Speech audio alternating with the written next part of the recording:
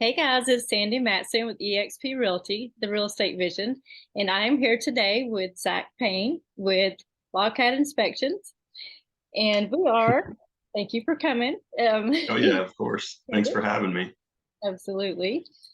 So Zach is going to cover with us 10 questions you want to ask your inspector. So take it away, Zach. Well, I'll try to rattle this off within decent time, not have everyone sitting here for 30 minutes or so. So let me get one sec. I opened up the whole thing. Give me 1 second. There we go. So starting with number one, we do have 10 to cover. So starting with number one, I'm going to try to do these in order that you should ask as well. So number one would be what inspector license do you carry when you're asking an inspector? As we said in the previous webinar, there are three tiers of inspectors. There's apprentice, real estate, professional inspector. There's a vast difference between these. And apprentice always, of course, being the first level, and professional inspector being standalone, being able to do all the work on their own, not having any mentors or anything like that. Um, so, of course, you're more than likely going to want a professional inspector to cover your bases. There is a TREC number that goes to each of your inspectors, which you are able to look up on TREC's website or in any of their advertisements. They should have their TREC number on there. The higher the number does usually equal the newer the inspector, as you'd expect. That doesn't necessarily mean that older equals better. So somebody that might have joined on in 1990 could have a brand new or very, very small number, but they could have left the business for 20 years and then came back and not have as much experience as you'd want.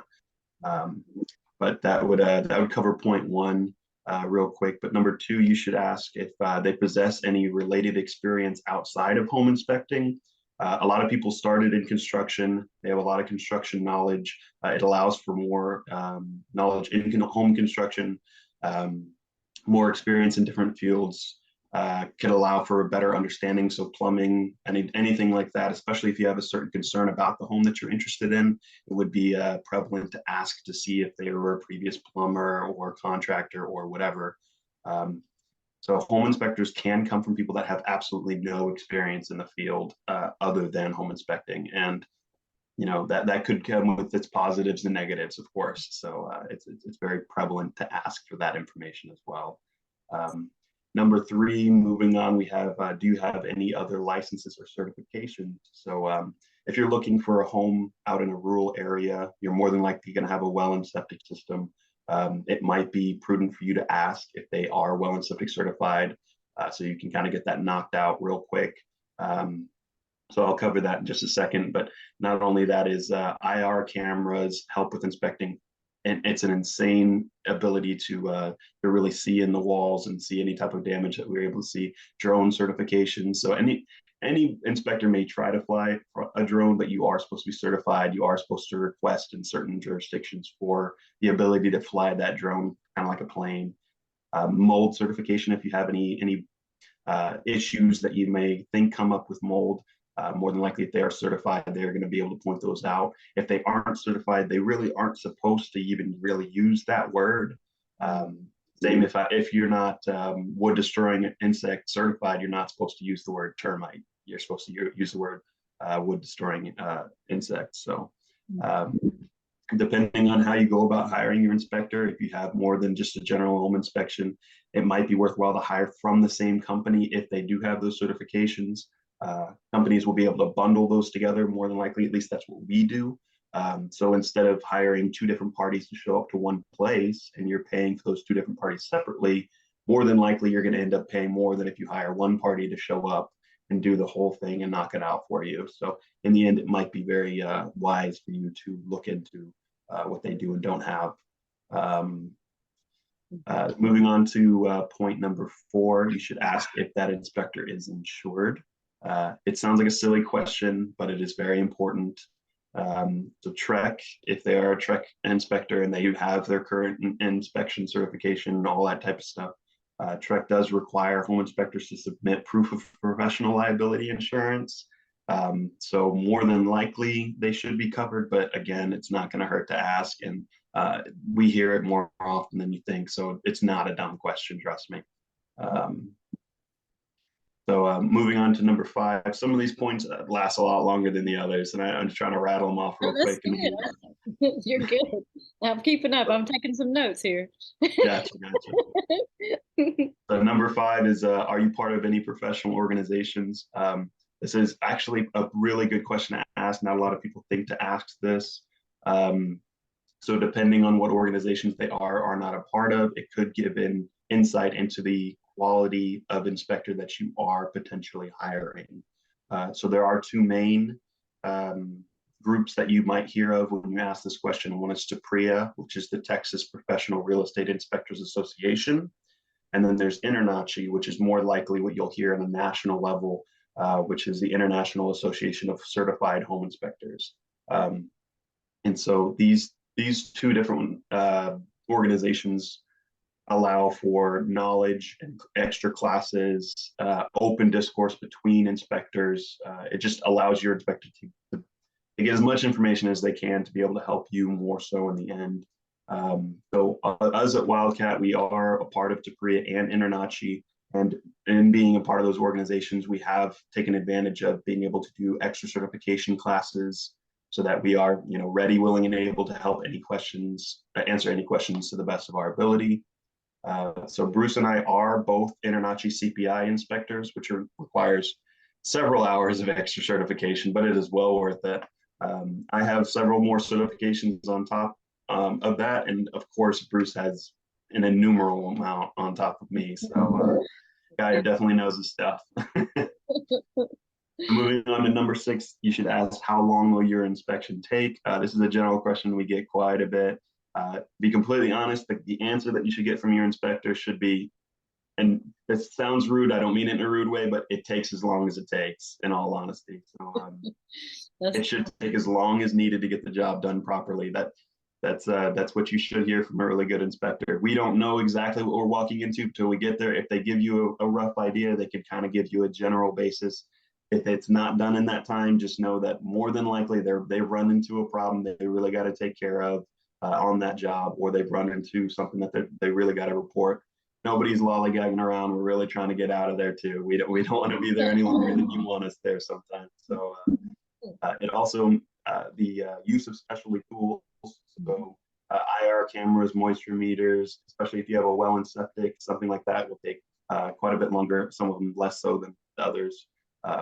If your inspector uses special report writing software, it might take slightly longer for the initial inspection to get done. So we do use a software known as Spectora. So it allows us to, I'll get more in depth into this, but it allows us to write the report on our phones while we're doing it. So this takes a little bit longer during the inspection process, but the turnaround of the report is a lot quicker. So in the end, you still get your report much faster than otherwise. So that's nice. Because everybody's waiting on it. What's that? Everybody's waiting on it. So yeah. Pretty much, yeah. Yeah. Another thing is you should know that you're not going to get the same results in your time frame as an inspector that works 3 to 4 a day than does 1 to 2 a day.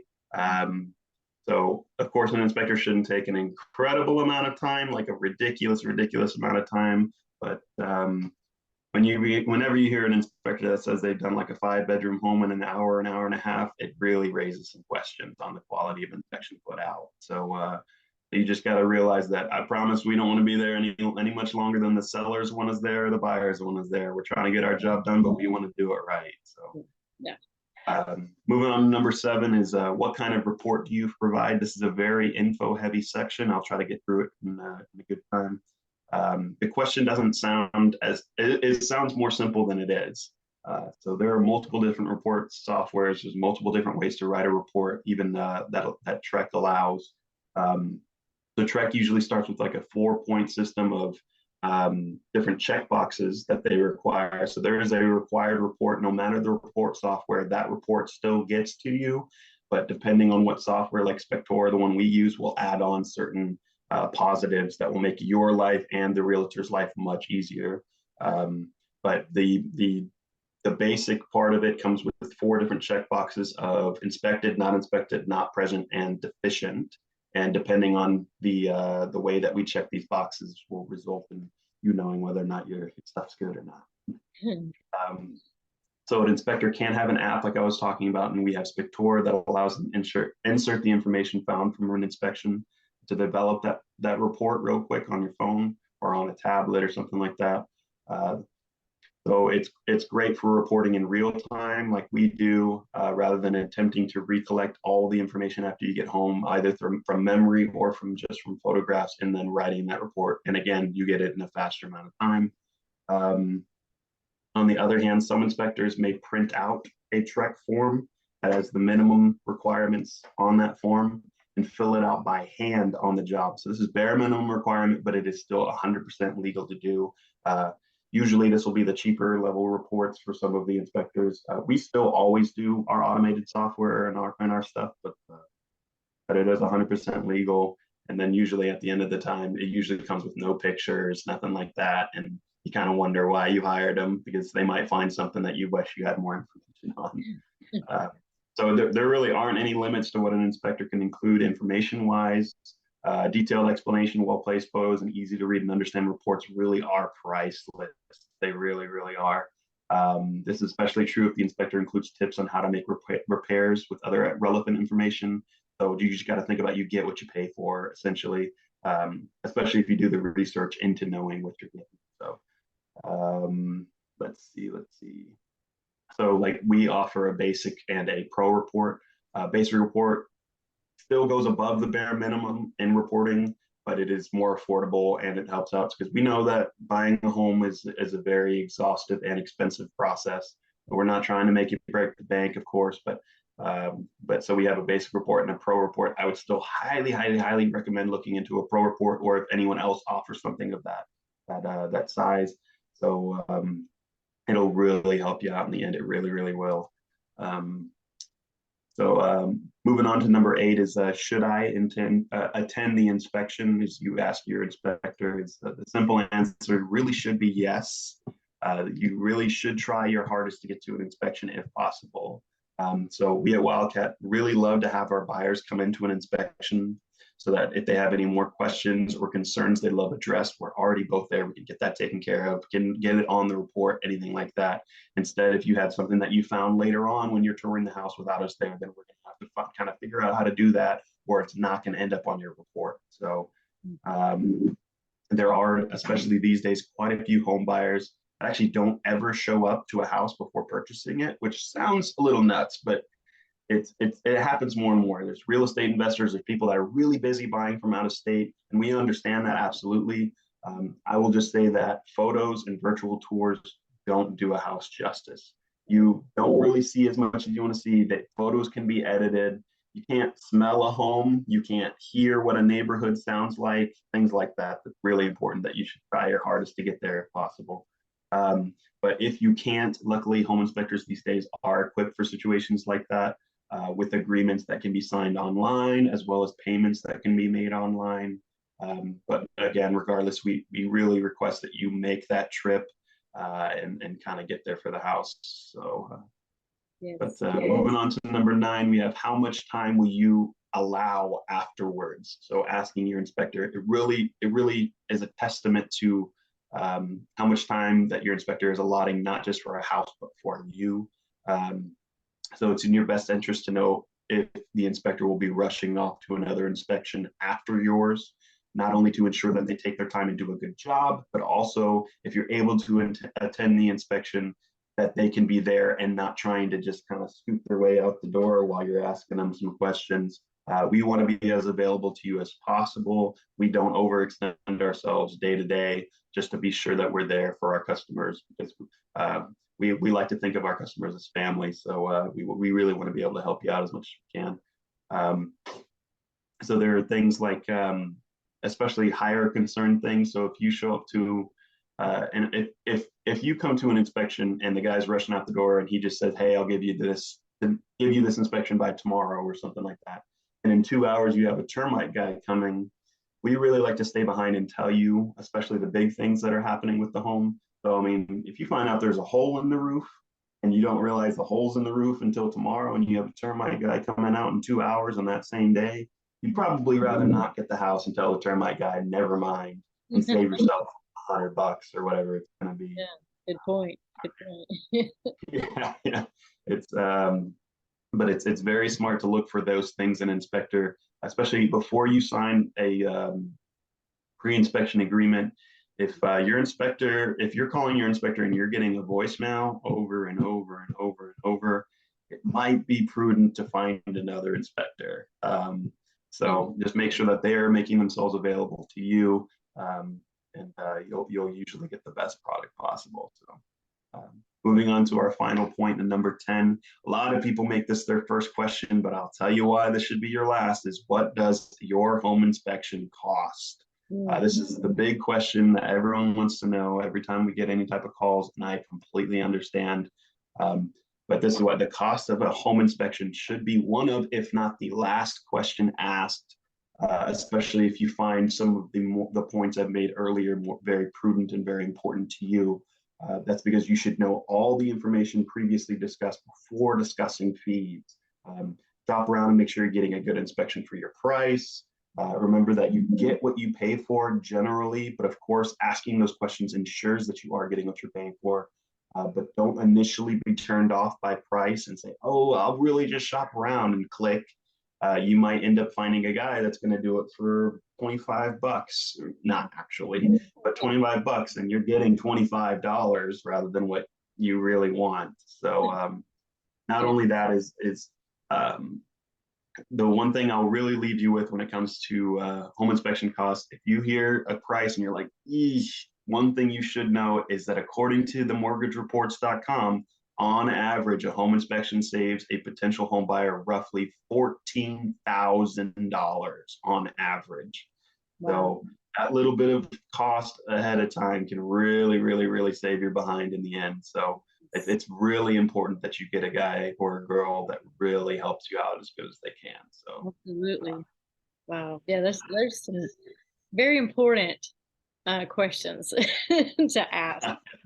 Yeah. So a lot of it, some people don't really think of, and I don't, it's not like you're in the business to know, but now you know.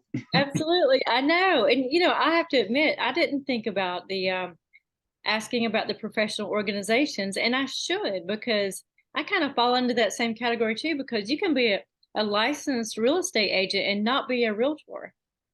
People just assume, about, organizations, but when you're in organizations like you and I both are in our professions, you're held to a higher standard. Yep. So that is important. Wow. I love talking to you guys. I always learn. Yeah, there's a lot to know.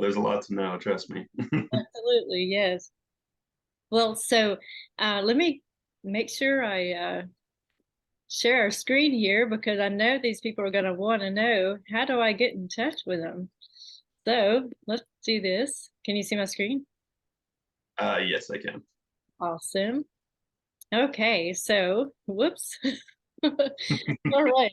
A little bit of messing around there with the screen, but anyway, so of course here's Zach's number to contact him.